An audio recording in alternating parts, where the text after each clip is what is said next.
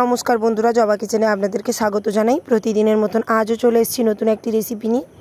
আজকের রেসিপি এঁচোড় কোপ্তা কারি। চলুন বন্ধুরা রেসিপিটি একবার দেখে নেওয়া যাক। আমি প্রথমে এখানে কি উপকরণ নিয়েছি একবার বলে দিচ্ছি। আলু, এঁচোড়, টমেটো ভালোভাবে ধুয়ে কেটে রেখেছি।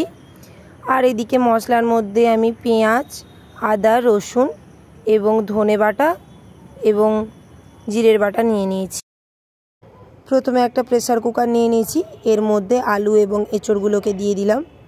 এবার এর মধ্যে হলুদ এবং লবণ পরিমাণ মতন দিয়ে দিলাম এবং কিছুটা পরিমাণ জল দিয়ে ভালোভাবে সেদ্ধ করে নেব। দেখতেই পাচ্ছেন বন্ধুরা, আমার সমস্ত কিছু ভালোভাবে সেদ্ধ হয়ে গেছে। এবার এর মধ্যে কর্নফ্লাওয়ার, বেসন, হলুদের গুঁড়ো, আমি আগে থেকে হলুদের গুঁড়ো দিয়ে রেখেছিলাম তাই অল্প পরিমাণ হলুদের গুঁড়ো দিলাম, এবং লঙ্কার গুঁড়ো, কালো জিরে, আদা বাটা, রসুন বাটা এবং পেঁয়াজ বাটা, জিরে বাটা এবং লবণ দিয়ে ভালোভাবে মেখে নেব। আমি এখানে জল না দিয়েই এটা মেখেছি। দেখতেই পাচ্ছেন বন্ধুরা, আমার সমস্ত কিছু একসাথে ভালোভাবে মাখানো হয়ে গেছে। এবার হাতে কিছুটা পরিমাণ তেল মেখে নিয়েছি। এবার এইভাবে গোল গোল করে ছোট ছোট বলের শেপ দিয়ে দেব।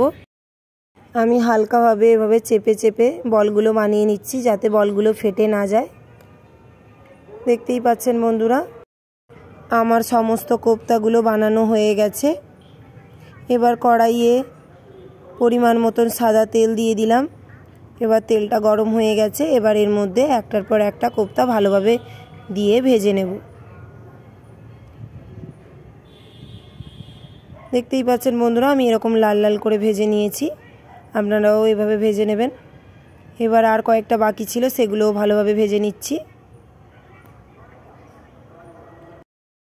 আমার সমস্ত কোপ্তাগুলো ভালোভাবে ভাজা হয়ে গেছে, দেখতেই পাচ্ছেন বন্ধুরা। এবার ওই কড়াইয়ে আমি কয়েকটা আলু কেটে রেখেছিলাম, সেই আলুগুলো একটুখানি ভেজে নিলাম।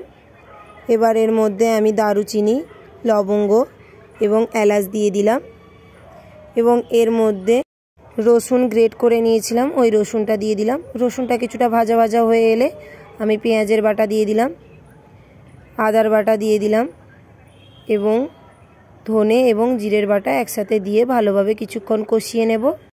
এইবার এর মধ্যে লঙ্কার গুঁড়ো, হলুদের গুঁড়ো এবং আগে থেকে কেটে রাখা টমেটোগুলো দিয়ে দিলাম। এবার এর মধ্যে ভেজে রাখা আলুগুলো দিয়ে দিলাম এবং সমস্ত কিছু একসাথে ভালোভাবে কিছুক্ষণ কষিয়ে নেব। আমি এখানে বাদাম বাটা দিয়েছি। আমি এখানে কাজু বাদামের বাটা ব্যবহার করেছি, আপনারা চাইলে পোস্ত বাটাও ব্যবহার করতে পারেন। এবার এর মধ্যে পরিমাণ মতন জল দিয়ে গ্যাসের আঁচ হাই ফ্লেমে রেখে কিছুক্ষণের জন্য এভাবে ছেড়ে দেব। তারপর গ্রেভিটা এভাবে ফুটে উঠলে আগে থেকে ভেজে রাখা কোপ্তাগুলো এর মধ্যে দিয়ে দেব। এরপর 2-5 মিনিট এভাবে রান্না করে নেব। দেখতেই পাচ্ছেন বন্ধুরা, আমার কোপ্তা কারি তৈরি হয়ে গেছে। রেসিপিটি যদি আপনাদের ভালো লেগে থাকে রেসিপিতে একটি লাইক, কমেন্ট এবং শেয়ার করে দেবেন। আমার চ্যানেলে নতুন হয়ে থাকলে চ্যানেলটিকে সাবস্ক্রাইব করার অনুরোধ রইল। আবারও দেখা হবে নতুন কোনো রেসিপি নিয়ে। নমস্কার।